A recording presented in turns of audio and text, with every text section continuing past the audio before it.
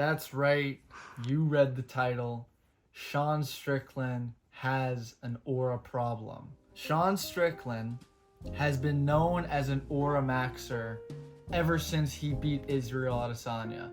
He beat Israel Adesanya by sheer will of aura. He made Izzy cry. He called him a dog fiddler. And he went in there and he jabbed him up and he teeped him and he landed a 1-2 and dropped him, right? Recently, people have started to turn on Strickland and call him boring, call him all talk, all bark and no bite, call him a poser, right? And I'm very curious into when that happened, why the shift, and how Strickland can fix it. To better understand Strickland's shift of aura from aura maxer to in need of aura, I made a chart that studies Strickland's aura over time. Now come with me. So first, we should become familiar with the Strickland aura graph, right? In the y-axis here, we have the overall aura meter, or OAM for short. This tracks Strickland's overall aura. It's pretty self-explanatory. In the x-axis, we have a timeline of events, dotted line to keep track of where his baseline is, right? So here, he's kind of a journeyman. He's gaining a lot going into the press conference with Adesanya, and then he delivers and shoots up by walking down and defeating, in a lot of people's mind, the best striker that middleweight's ever seen, right? He's not. But, you know, Adesanya's pretty great. Second best middleweight of all time. Strickland walks him down with the jab and teep and beats him, right? That's point one. This is where Strickland was at his peak aura. Slowly loses aura, building up for the Dricus du Plessis fight. He wasn't trash-talking nearly as hard. He gained a little bit in his brawl with Dricus, but then all that he gained was immediately lost in the press conference, where he got absolutely sunned and embarrassed by Dricus du Plessis, lashed out, went on Theo Von and cried. It was not a great look. And he actually gained aura back during the fight itself, even though he lost, and clearly it wasn't a robbery, right? It was close, but he gained aura for that performance because it was a war, it was entertaining. That's point three. This is where Strickland was really at his second peak. You know, he's not the champion, but in a lot of people's mind, he was the people's champ, right? The young crowned king. People were excited to see what he would do, you know, to get back to the belt. Now, he's kind of chilling, slowly losing aura as people start to understand that, okay, they accept that Dricus is the champ. Point four, he loses a little bit of aura when Whitaker has a super entertaining fight with Paulo Costa. He doesn't lose much, but he loses a little bit, just because, you know, Strickland's not that entertaining compared to that fight with Paulo Costa. Now, here's where it really goes down. It goes down a ton when he fights Paulo Costa. And when you contrast the Whitaker fight and the Strickland fight with Paulo Costa, you can see why. Strickland, in his fight with Paulo Costa, jabbed and teeped. It's one of the most boring fights you'll ever see. The Whitaker fight with Costa, super entertaining. So he loses a ton of aura for that, right? Nothing much, right? Until Whitaker fights again, knocks out Ikram in the first round, willing to take the Hamzat fight. And as we see, he works his way all the way back down to his baseline at point number 6, right? Now, he gains some back as people start to realize, okay, whatever, right? People kind of come off with the heat of the Whitaker knockout. All that drops when Strickland says he's only going to fight for the belt. He has no interest in fighting Whitaker. And that's the first time that he drops below his baseline. This is not good for Strickland.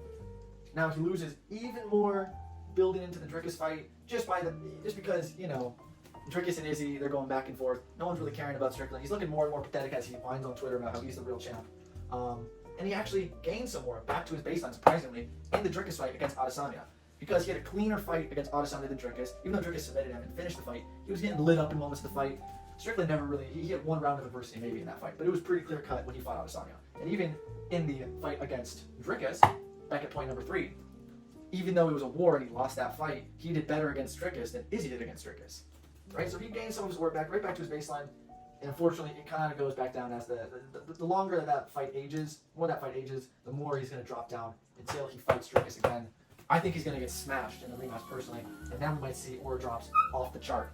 I can't even get into that here. But yeah, if you can't tell already, Strickland has a serious aura problem. He is leaking aura. In fact, it might be hard to tell with the naked eye, but if you draw it out, you'll notice that there is a pretty steady decline of aura. That is not good if you're a Strickland fan. Not good at all. What we want to see is this. That's what you want to see. He's doing this. Now, we're going to get into the Whitaker aura situation in a moment. Now, if we take a look at Whitaker's aura chart, we notice quite the contrast. Where Sean Strickland started very low and skyrocketed up, Whitaker, on the other end, plummeted drastically at point 1, when he first got demolished by DDP in 2 rounds. Let's have a reminder. This is Whitaker's baseline. This is before the DDP fight. Whitaker drops, gets smoked by DDP, right? His OAM is at an all-time low, a career low. Now it kind of stagnates until the DDP Sean Strickland fight, where it jumps up because we realize, okay, Dricus is the real deal. He's pretty good. He beat Sean Strickland. Now he's a UFC champ. It's not as bad as being smoked by the local oaf, right? Now Whitaker's aura continues to rise to point 3 when he beats Paulo Costa in glorious fashion. An absolute war, right? He almost gets knocked out. It's a close fight, but he beats Paulo Costa clearly. His aura gains from that. Now we head over here when Whitaker knocks out Ikram in a round. Now this is where he really started to aura max, up at point 4. That's his peak aura after knocking out Ikram. Slowly starts to rise again, and it's rising not just for no reason. It's rising because Strickland is refusing to fight him. Strickland still is saying, oh, I want to wait for a title shot. Meanwhile, Whitaker is aura maxing all the way back up to his baseline until the Dricus Izzy fight, where it's above his baseline aura before he first got smoked by Dricus du Plessis. And why it rose is because Dricus, who beat Whitaker in 2 rounds, just beat Adesanya and Sean Strickland. 2 great wins. So now it's not just Whitaker who's lost to him, it's Adesanya, it's Strickland, and probably many others, right? So, the general trend that we see when studying Whitaker's OAM, he starts high, right? But it's a general, after the Dricus du Plessis fight, it's a general upward trend. If you remember, the Strickland OAM was on the decline. I believe that the moment that these points intersected was right around here. So more accurate would be that for Strickland. Right around the Whitaker-Ikram fight was when Whitaker, his aura maxing paid off, and he passed Strickland's OAM.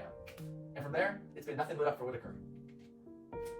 Now, I think it's important to keep in mind that just because Whitaker is aura maxing, and he has more aura than Sean Strickland at this moment, does not mean that he's a better fighter than Strickland, does not mean that he would beat Strickland. It simply means that his aura is much, much, much higher than Strickland's at this given moment. Strickland's lost all of his fans, pretty much, except for the hardcores, all of his aura, all of his hardcoreness and badassery, and people have started to see him as what he is, which is a teep and jab merchant, while Whitaker is still knocking guys out, having wars with big O's. Now he's about to fight Hamzat also. The fact that he is about to fight Hamzat, that brought him over his baseline aura. He's now, in this current day, at his peak aura since he first lost Adesanya. He might even have more by now, but I don't see it going down naturally. I think there has to be a third party involved for Whitaker's aura maxing to be negated. Strickland, on the other hand, his aura is dropping regardless of if he's fighting. He hasn't fought since the Dricus fight, but his aura has dropped drastically. Back to you. Pitter Pat MMA. Thanks. Now back to me. So what can Strickland do to remedy his lost aura? His OAM is at an all-time low. Meanwhile, Whitaker is aura maxing, right? So what can Strickland do to remedy this? Well, for one, he can start to be more entertaining. I think that Strickland, in order to be entertaining, he needs the right dance partner. He needs someone like Dricus, who's just a bull that sees red, running at him, doing running punches, not backing up, not giving him an inch. That's the type of fight that Strickland needs. And he's just not going to get that type of fight with guys like Izzy, probably not with guys like Whitaker, and certainly not with guys like Paulo Costa or Marvin Vettori. It's really tough for Strickland, because now, after the Izzy fight, he got all these new fans, right? He's really built himself up as a fan favorite. Over the course of the year, he's kind of lost all of that notoriety, and new fan love. I think that the only other thing that Strickland can do, really, is try to turn heel.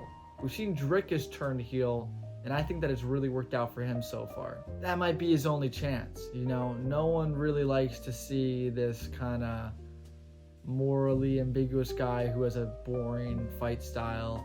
So I think that Strickland can turn heel, try to be the villain, or he can just exclusively fight entertaining fights against people that are going to walk at him. He could try to get a rematch with Pereira. That'll never happen, though. Let's be real. Let's grow up. It's never going to happen.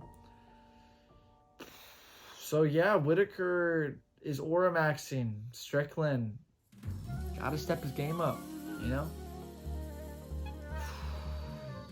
That's about it.